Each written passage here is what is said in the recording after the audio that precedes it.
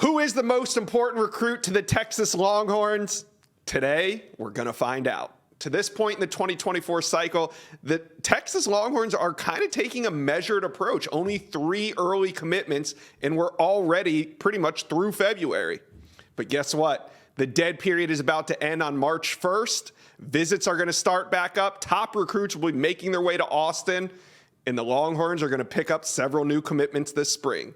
It's that easy, right? Let's bring on Inside Texas's Gerry Hamilton to talk about the Longhorns' most important 2024 targets. As you see here, bunch of 5-stars. Running back Jerrick Gibson, wide receiver Micah Hudson, edge Colin Simmons, corner Kobe Black. And then there's a 4-star, offensive lineman Daniel Cruz. Gerry, let's start at the top. 5-star running back Jerrick Gibson out of IMG Academy. He's the number 1 running back in America. He's the number 1 running back in the state of Florida. Can Texas go back into the Sunshine State 1 year after landing Cedric Baxter and pull the number 1 back in America once again? I was wondering if you were going to give the perfect lead in, Josh, and you did, because Tashard Choice has done this before, right? I mean, you saw it last year, really against all odds in a lot of ways, because it wasn't sure when Texas was going to move to the SEC. Right now, it's 2024. But Tashard Choice has proven he can do this. He's been in on Jerrick Gibson for over a year now. Obviously, Choice was at Georgia Tech. He's had some built-in relationships with these kids. Jerrick Gibson's going to officially visit Texas June 24th weekend. That's also when Daniel Calhoun, one of the top tackles in the country. So that's going to be Texas's big official visit weekend. Tennessee made a lot of ground in this recruitment during the season. That he was there, I believe, for the Alabama game when Tennessee beat Alabama. He was also on campus in Knoxville this summer. I think the Vols are right there in it. He's going to officially visit Tennessee. He's going to officially visit Georgia and Alabama in June as well. So right now, those are your 4 out-of-state schools. Florida, Florida State, Miami, they're all in it. They're all giving it a go. This recruitment's very similar to Cedric Baxter for me last year in that it's some of the same players, and then those in-state schools are fighting to keep this kid home. And look, Tashard Choice, there's a lot of confidence there for Texas. Gibson was on campus January 21st for Texas's first junior day. And so I think Texas is going to be in this one to the end. I think they got more than a puncher's chance. And seeing as Choice has pulled this off before, you got to give Texas a real shot, especially with Arch Manning being on campus now, the move to the SEC, Steve Sarkisian's offense. Oh, and Cedric Baxter's also talking to Jerrick Gibson. So if things go really well for Baxter this spring, that only helps Texas' chances heading into the summer official visit. Gerry, let's get out of the state of Florida and back into the Texas. 5-star wide receiver Micah Hudson, the number 1 player in the state of Texas according to the On3 consensus. We know he's an important target, but where do things stand right now between Hudson and the Longhorns? Yeah, Hudson's been on campus at Texas more than any other school since June. And that's now through the wide receiver coaching change. He was on campus January 21st when Texas hadn't announced Chris Jackson as the wide receivers coach. So now they're developing that relationship, Chris Jackson and Micah Hudson. We believe Hudson will be back on campus again this spring before June official visits. But look, Steve Sarkisian is personally recruiting Hudson. Texas is putting a lot into this. Obviously, he's in Temple. He's a Syntex kid, what we call him in Texas. So he's that Central Texas area. Texas has to win a number of those recruitments to feel like they've had successful recruiting classes annually because there's more talent in that area from Austin up through the Waco area than there has been in recent years. But Hudson's a big-time prospect. Obviously, he's the top receiver on Texas's board. And I think the hire Chris Jackson's really only going to help Texas there. Now, the key with Micah Hudson's recruitment, you got to do well with Mama on this one. She's got to check. She's got to make some checks in this recruitment, right? She attended Texas A&M. He did go to Texas A&M January 28th for junior day. Ohio State's a player in this. Him and his mom had a really good visit to Tennessee this summer. And Alabama, Nick Saban was by the school. But I think right now, I think he's going to stay closer to home at the end of the day, or that's the expectation right now. So does that mean it's a Texas A&M battle? We'll see. But I expect Texas to be right there until the end, especially when you consider Texas is likely going to lose Xavier Worthy, possibly A.D. Mitchell, Jordan Whittington's a senior. So it's a pretty good sell for Texas right now, having a chance to come in and compete for early playing time. Yeah, and there's a ton of competition for Hudson, and there's a ton of competition for the next name we're about to talk about, five-star edge Colin Simmons. Hey, when you're the number one player at your position, it's never going to be an easy recruitment. So for Texas to win this one, they got to go against the likes of LSU, Oklahoma, Georgia, Oregon. Can they pull the Duncanville standout? This is, I think, a wild card recruitment. I think it could go a number of directions. And that's not the answer people want. They want some great answer right now. But look, this is going to take a while to play out.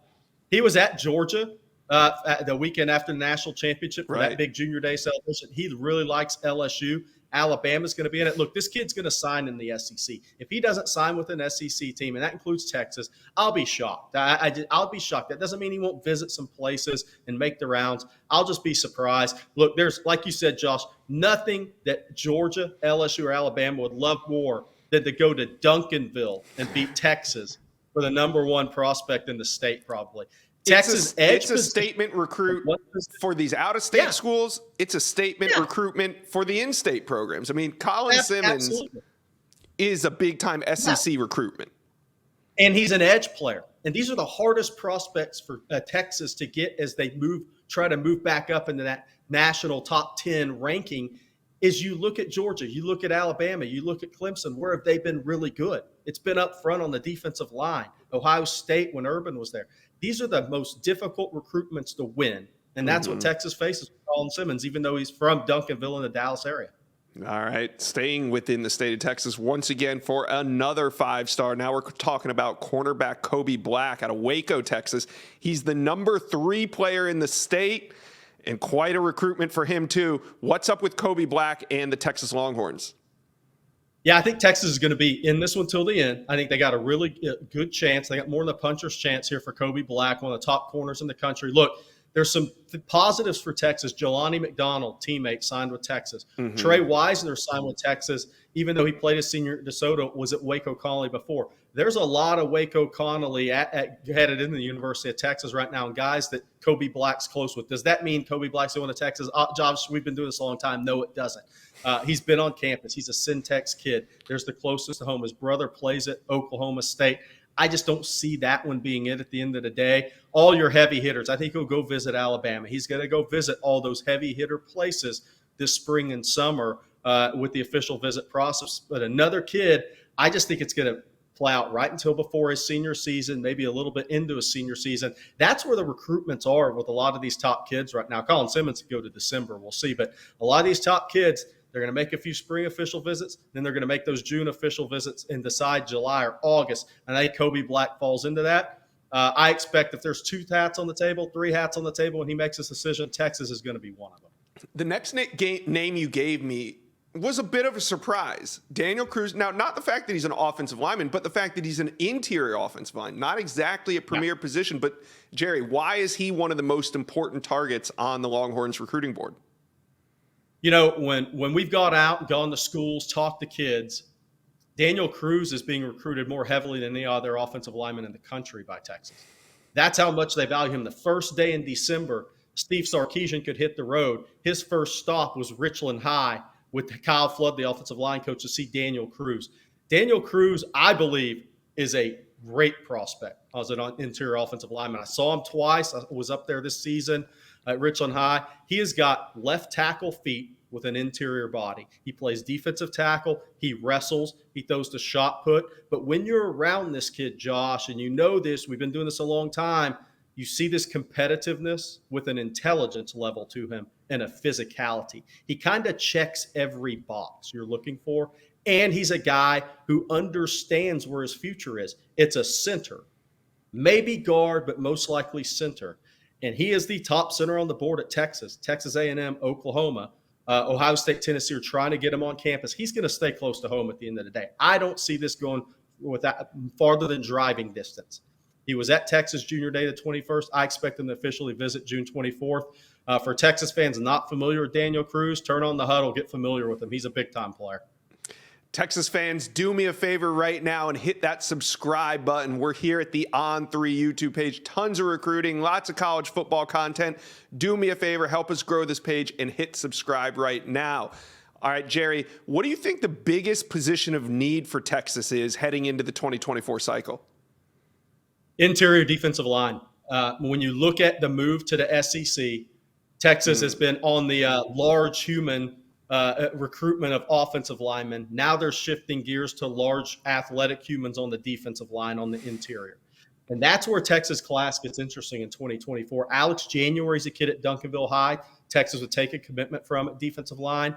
There's another kid at Oak Ridge who's really talented. He's more of a swing guy.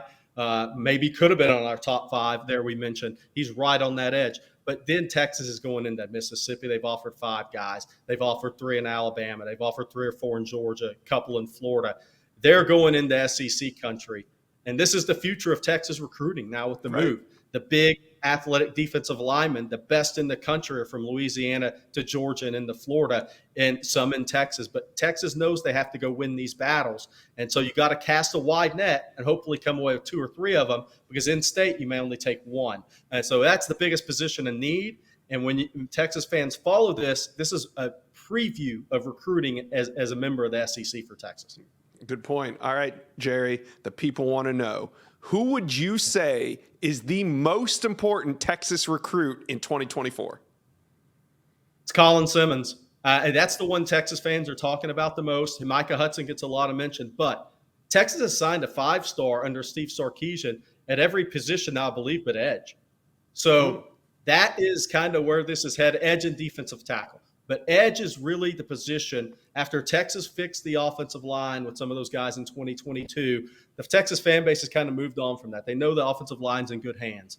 Now it's edge, somebody that can really be a 10, 11, 12 sack guy and be a presence on the edge. And if the number 1 guy is in Texas at Duncanville High, he's the guy, especially when LSU, Bama, Georgia would not, like, as we talked about, they want to take this guy from Texas. He's the guy. All right, Gerry, thanks for checking in right before Texas recruiting is about to explode. We'll get you on next month to talk about all these big-time visitors that are going to be coming through Austin. Gerry, thanks for checking in. You got it, Josh. Have a good one. See ya. Thank you for watching. Make sure you smash that subscribe button for me. And remember to check out all the videos on the On3 YouTube page.